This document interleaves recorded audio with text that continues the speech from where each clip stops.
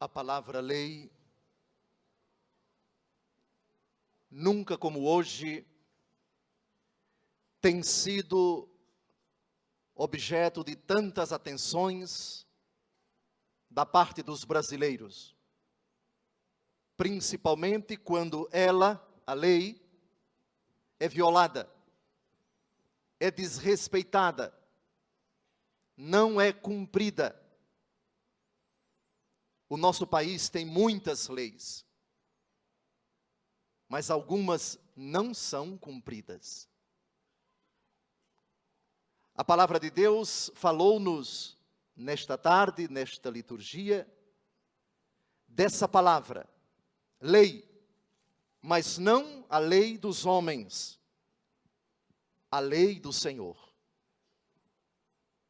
Todavia, esta realidade paradoxal, emblemática, pedra de tropeço, sinal de contradição, porque leva uns a terem uma visão certa do cristianismo, da palavra de Deus, e outros a afirmar que o cristianismo não passa de um conjunto de normas, de proibições. Esses têm uma visão absolutamente negativa, por exemplo, dos 10 mandamentos da lei de Deus. E dizem, eles impedem a realização do homem, porque a maior parte deles tem um não na frente. Não pecar contra a castidade, não roubar, não matar, não levantar falso testemunho, não cobiçar a mulher do próximo, não cobiçar as coisas alheias. Eu não quero abraçar uma religião que só tem não. A lei dos cristãos está cheia de não. E o que eu quero é sim, dizem eles. Amados, a liturgia que acabamos de ouvir nos coloca diante dessa realidade. E como compreendê-la corretamente? A partir de Jesus. Segundo as palavras de Jesus. No capítulo 19 do Evangelho segundo Mateus, um jovem rico procura nosso Senhor e humildemente faz-lhe esta pergunta, que é a nossa. Estamos aqui porque queremos indagar o Senhor com essas palavras desse jovem rico anônimo.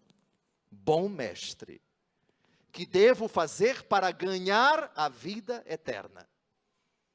O que queremos essencialmente é isto: experimentar, gozar, participar para sempre do que São Paulo diz na segunda leitura da missa de hoje. O que Deus preparou para os que o amam.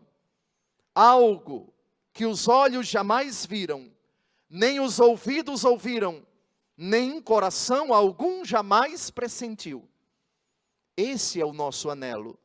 Essa é a razão da nossa esperança. Esse é o motivo da nossa peregrinação. Eis o que aguardamos em última instância e esperamos como recompensa por termos abraçado o Senhor.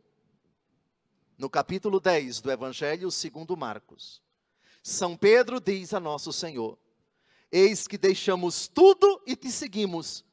O que teremos em troca? Estamos aqui para perguntar ao Senhor: existe uma recompensa? Vale a pena? O que tu nos dizes, Jesus? Voltemos ao diálogo de Jesus com o jovem rico. Ouvistes? Observa os mandamentos. Observa os mandamentos. Tudo isso tenho feito desde a minha juventude. Trata-se, portanto, de alguém muito bem intencionado. Alguém com o coração reto. A sinceridade existe naquele coração. Mas uma coisa te falta. Vende tudo, dá-o aos pobres, Em seguida, vem e segue-me. Com essa resposta, Jesus faz uma distinção entre observância formal e retidão de coração ao observar os mandamentos. Ainda que eu falasse a língua dos anjos, se eu não tiver amor, nada serei.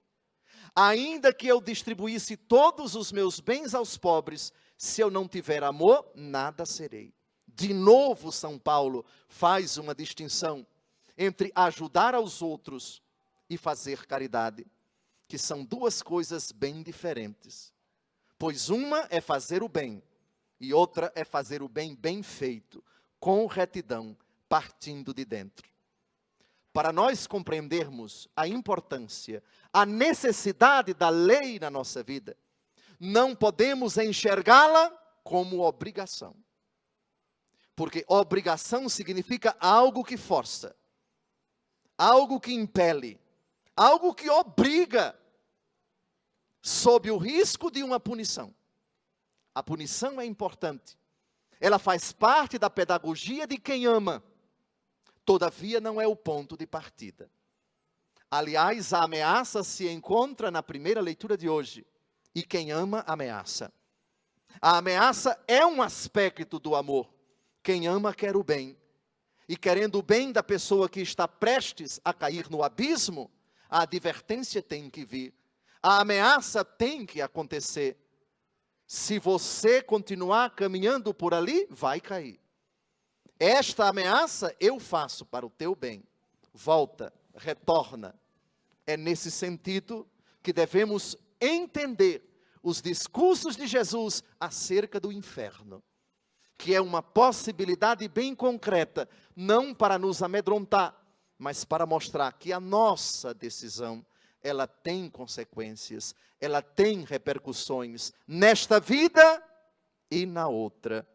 Aliás, amados, reparem bem como o evangelho de hoje é precedido. Eis que diante do homem estão a vida e a morte, o bem e o mal. Ele receberá aquilo que preferir. Prestem atenção. Inferno não é castigo de Deus. É consequência da preferência que você está tomando, que você está optando nesta vida. São Paulo, na carta aos Gálatas, capítulo 6, versículo 7, diz: de Deus não se zomba. O que o homem semeia, isso ele colherá. Quem semeia na carne, colherá a corrupção da carne. Quem semeia no Espírito, semeará no Espírito. Aliás, não por acaso, a segunda leitura de hoje termina falando desse protagonista que nos ajuda a compreender o verdadeiro valor, a real necessidade da prática dos mandamentos. Pois o Espírito esquadrinha tudo, mesmo as profundezas de Deus. A nós, o mistério insondável de Deus, escondido desde os primórdios, foi nos dado a conhecer através do Espírito Santo. Pois bem, movidos pelo Espírito, vejamos qual é a grande motivação para a observância dos mandamentos: o amor. Quem ama, quer duas coisas da pessoa amada. Primeiro, fazer tudo o que lhe agrada. E segundo, impedir tudo o que lhe ofende. Nesse sentido, o não de vários mandamentos que acabei de citar, lá do capítulo 20 do livro do Êxodo, devem ser entendidos, esses nãos, na perspectiva do amor. Perguntem ao marido que ama a sua esposa: você é capaz de traí-la? A resposta tem 3 letras: não. Você é capaz de machucar o seu filho? A resposta é não. Quem ama, carrega consigo uma montanha de nãos, que na verdade é uma montanha de sim. Por detrás de todo não, existe um sim muito maior, muito mais belo. Quando a palavra de Deus diz: não levantarás falso testemunho, ela está dizendo: seja verdadeiro. Seja sincero. Quando a palavra de Deus diz não matarás, ela quer dizer defende a vida em todas as suas etapas, desde a concepção, desde o momento em que o óvulo é fecundado pelo sêmen masculino. Por isso o aborto é uma monstruosidade, o aborto é uma covardia, o aborto é a eliminação de um ser humano inocente. O mesmo se diga para a eutanásia, palavra eufemística para dizer uma boa morte. Thanatos, morte, eutanásia, boa morte. A boa morte é aquela que é fruto da livre iniciativa de Deus. Não temos o direito de tirar a vida de um ser humano inocente. Por isso, se compreendemos bem o primeiro mandamento, que não tem não, amarás o Senhor teu Deus com toda a tua alma, com toda a tua força, com todo o teu entendimento, sobre todas as coisas. Você entendendo bem o que é o amor, você vai aceitar sem dificuldade os nãos, que na verdade comportam todo o ato, toda a aventura do autêntico amor. Por isso disse ainda há pouco, a lei do Senhor não pode ser interpretada antes de tudo como obrigação, mas como necessidade de amor, necessidade imperiosa de amar. Missa é obrigação e é necessidade. Se eu encaro a missa, o preceito dominical, como obrigação e não como uma necessidade íntima do meu coração de render graças a Deus, a missa, com o passar do tempo, vai se tornar um tédio, um fardo insuportável, uma mala pesada sem alça. Mas quem ama, coloca primeiro a necessidade do ato, a necessidade do sim e a necessidade do não. O amor, ele é livre, mas a liberdade é um conjunto de restrições. Pois a liberdade que não se impõe limites, e a liberdade do outro, quando não é advertida também a respeito dos limites, pois o direito seu termina onde começa o dos outros, a liberdade se torna libertinagem. Não é fruto do autêntico amor, pode redundar em paternalismo, a deturpação da verdadeira paternidade, ou maternalismo, a deturpação do verdadeiro sentido da maternidade. Eis porque, no tempo de Jesus, a lei do Senhor havia sido desvirtuada na sua interpretação. A lei do Senhor não é o ponto de partida da revelação. Moisés, que recebeu as tábuas da lei no Monte Sinai, é do ano 1200 a.C. Mas Abraão, com quem começa a revelação, é do ano 1800. De Abraão a Moisés, mais de 600 anos, sem a lei. E por que a lei entrou? E por que a lei foi dada? A lei foi dada para refrear o ímpeto do coração do homem manchado pelo pecado. Deus deu a conhecer ao homem qual era a sua vontade. Eu quero que vocês façam isso. Bonum faciendo, malum vitando. Façam bem e evitem o mal. Só que o bem, que até agora era uma coisa muito subjetiva, cada um que decidia o que era o bem, agora eu digo para vocês o que é o bem. O bem é a minha vontade. Aqui está o elenco daquilo que me agrada. Se quiseres observar os mandamentos, diz a primeira leitura de hoje, eles te guardarão. Se confias em Deus, tu também viverás. Diante de ti, Ele colocou fogo e água. Para o que quiseres, tu podes estender a mão. A lei do Senhor foi dada como uma proposta impositiva e como uma imposição proposital. Eu explico. É uma proposta. Uma proposta que você pode aceitar ou não. Jesus diz isso de forma dramática no capítulo 3 do Apocalipse, versículo 20. Eis que eu estou à porta e bato. Se alguém abrir, entrarei e cearemos juntos. Eu com ele e ele comigo. É uma proposta, mas uma proposta impositiva. Da parte de Deus, a vontade dele é essa. Não tem outra. Deus não é faça ou não faça. Deus é faça. Deus é, o elenco é este. A minha vontade é claríssima e foi colocada na tábua da lei.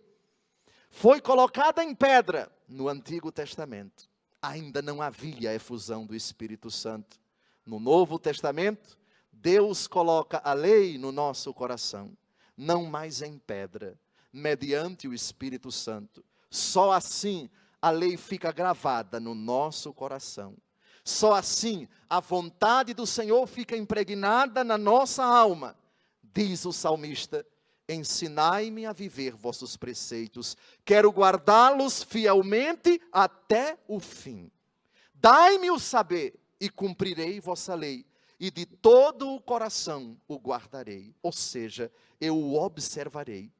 Filhos queridos, por que a lei degringolou? Por que a lei chegou a tal ponto, chegou a ser tão desqualificada no tempo de nosso Senhor Jesus Cristo, a ponto de o apóstolo Paulo afirmar: o homem não é justificado pela lei, mas pela fé em Jesus Cristo. A culpa não foi da lei, a culpa foi dos intérpretes da lei.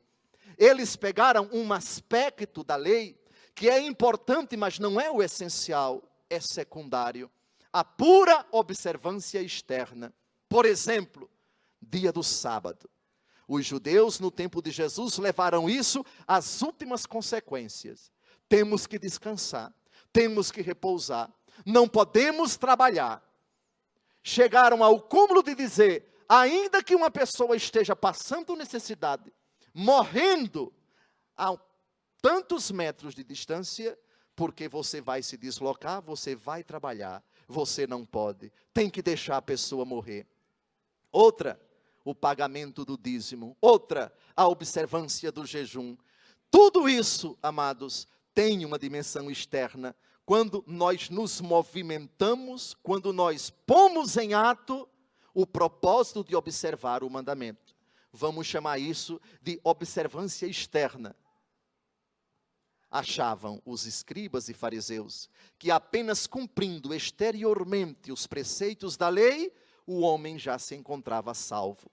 Jesus veio denunciar essa mentalidade. Repito, a intenção da lei foi boa, porque Deus é o autor da lei, e a intenção de Deus é boa para conosco. Deus, quando propõe os mandamentos, que são impositivos, é para que nós vivamos felizes, é para que nós sejamos santos, é para que nós cresçamos em santidade, é para que nós experimentemos essa sabedoria não do mundo, mas a sabedoria misteriosa de Deus, que desde a eternidade Ele destinou para a nossa glória. O que foi que isso acabou provocando em Israel? Simplesmente o que hoje nós chamamos de farisaísmo. Traduzindo, hipocrisia, fingimento, duplicidade, falsidade. Exteriormente eu faço, mas o meu coração está longe de Deus. Apresento o dízimo na casa do Senhor, mas pratico a injustiça. Louvo a Deus com as mãos levantadas, solto os meus lábios para cantar e glorificar, mas esses mesmos lábios são utilizados para fofocar, para detratar, para murmurar, para sussurrar, para caluniar, para rebaixar, para desmoralizar o próximo. Onde está então o problema? Jesus vem resolver o problema. O problema está dentro. O problema está dentro de nós. São Paulo diz que a plenitude da lei é o amor. Romanos capítulo 13, versículo 10. Pois bem, eu não vim abolir a lei e os profetas, diz Jesus, no início do capítulo 5 de São Mateus, mas vim levá-los à perfeição. Onde está a perfeição da lei?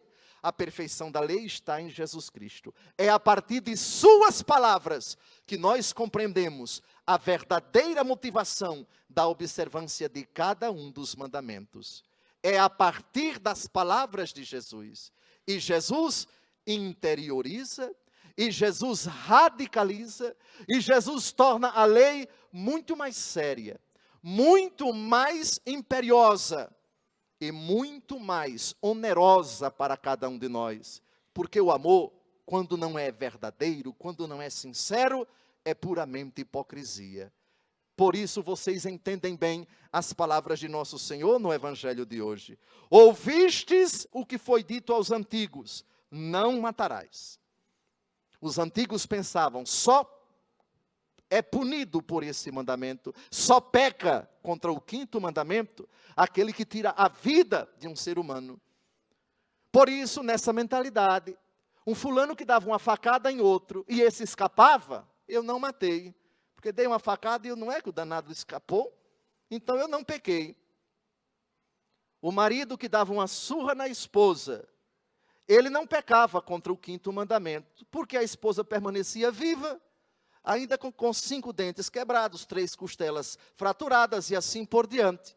Essa era a mentalidade hipócrita, a mentalidade cínica, que materializava apenas do ponto de vista formal o pecado. Mas Jesus diz: eu vos digo, aquele que se encoleriza com seu irmão, ele será réu, será condenado no tribunal. Basta um ato interior de desejar o mal a um ser humano, você já o matou. A mãe que antes de engravidar, deseja que o filho morra, ou grávida rejeita o seu filho, mesmo que ele tenha nascido, pecou, matou esse ser humano, ainda que o parto tenha sido normal. O desejo de vingança, o ódio, ainda que não revelado a ninguém, ainda que não tenha sido traduzido no propósito de contratar um pistoleiro, desejou o mal ao ser humano, para Jesus, já infligiu o quinto mandamento da lei de Deus. Vejam que radicalidade. Vejam aonde nosso Senhor Jesus Cristo leva o mandamento: ao íntimo do nosso coração. Ali, onde as intenções são escondidas, onde as motivações quase nunca são reveladas. Ali, onde os desejos são acalentados. Ali, onde as monstruosidades são perpetradas e ninguém absolutamente sabe. Continuando o evangelho de hoje, eu, porém, vos digo, foi dito aos antigos: não cometerás adultério. Eu, porém, vos digo, todo aquele que olhar para uma mulher com o desejo de possuí-la, já cometeu adultério com ela no seu coração. Amados, é muito radical e extremamente desafiador para os dias de hoje, quando se prolifera com tanta facilidade a imoralidade, sobretudo do ponto de vista sexual. Quantas obras literárias e também televisivas fomentam, aplaudem, divulgam, fazem uma verdadeira apoteose da licenciosidade. Nosso Senhor Jesus Cristo diz a cada um de nós: quem lançar um olhar de cobiça, já comete adultério no seu coração. Jesus amado, se é assim, então quem se salva? Seja o vosso sim, sim. Seja o vosso não, não. Tudo o que for além disso, procede do maligno. O nosso sim seja dado a Jesus. Jesus, eu aceito, por amor a ti, a radicalidade da tua palavra. Eu, porém, vos digo. Tu fizeste, Jesus, uma releitura extremamente profunda e tremendamente comprometedora para mim dos mandamentos da antiga aliança. Agora, com uma clareza inaudita, tu estás me falando pelos lábios do bispo nesta Eucaristia, que o teu Espírito me adverte. Esta palavra que foi gravada no meu coração, ela vai me julgar no último dia como aquele que a praticou, aquele que a observou do íntimo do coração, com sinceridade, ou então com hipocrisia, com fingimento. Como é fácil convencer as pessoas de que somos observantes da lei. A Jesus, porém, ninguém consegue enganar. De Deus não se zomba. Gálatas capítulo 6, versículo 7. Concluo esta homilia suplicando, implorando, exortando todos aqueles que nos escutam. A palavra de Deus não cai por terra. Os seus mandamentos são verdade e são vida. Os seus mandamentos jamais desaparecerão. Palavras de Jesus: Céus e terra passarão, mas a minha palavra não passará. Santa Teresa diz que no último dia seremos julgados pelo amor. Sabem o que isso significa, irmãos? Significa isto: eu derramei o meu sangue por ti. Foi por amor que eu morri por ti. Mas em contrapartida foi o teu ódio com o teu pecado que me fez sofrer e que me fez morrer.